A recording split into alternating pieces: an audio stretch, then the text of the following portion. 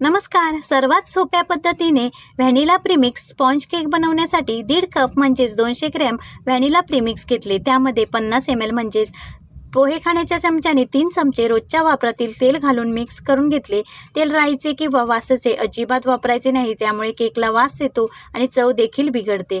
लागेल तसे थोडे थोडे पाणी घालून मिश्रण तयार करून घ्यायचे. हे मिश्रण जास्त जाड किंवा पातळ करायचे नाही. चमच्यात घेतल्यावर एकसारखे पडेल इतपतच करायचे. हे मिश्रण बटर पेपर लावून घेतलेल्या केकच्या भांड्यात काढून घ्यायचे. तुमच्याजवळ केकचे भांडे आणि बटर पेपर नसेल तर स्टीलच्या डब्याला मैदा भुरभुरून त्यामध्ये मिश्रण ओतून घ्यायचे. आधीच मोठ्या गॅसवर 10 मिनिटे कढई गरम करून घ्यायची. त्यामध्ये स्टँड ठेवून मिश्रण घालून घेतलेला डब्बा ठेवायचा.